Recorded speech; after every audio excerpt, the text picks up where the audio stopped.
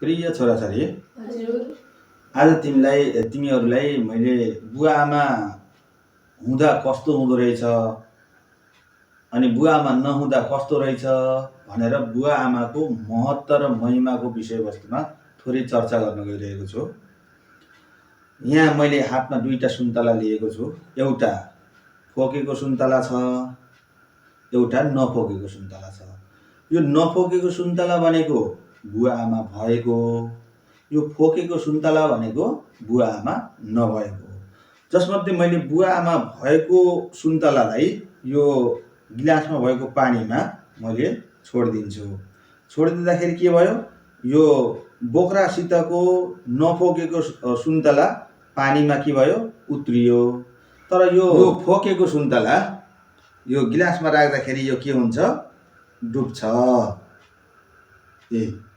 अब यसबाट हामीले के बुझिन्छ भने जसको बुवा आमा हुनुहुन्छ संरक्षण गर्ने, त्यो बोक्राले के गरेको हुन्छ, सुन्तला संरक्षण गरे जस्तो अभिभावक भनेको बुवा आमा हुनेको संरक्षण गरेको हुँदो रहेछ।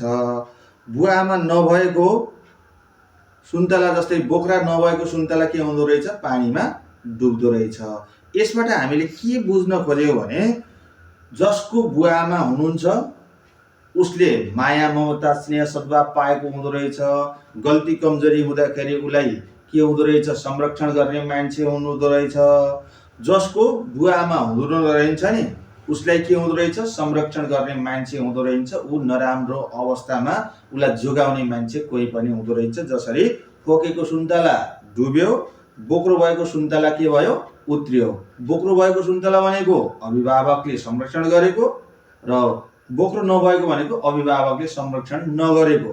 यसबाट हामीले स्पष्ट के बुझ्छौँ भने बुवा आमा भनेको हाम्रा साक्षात ईश्वर हुनुहुँदो रहेछ।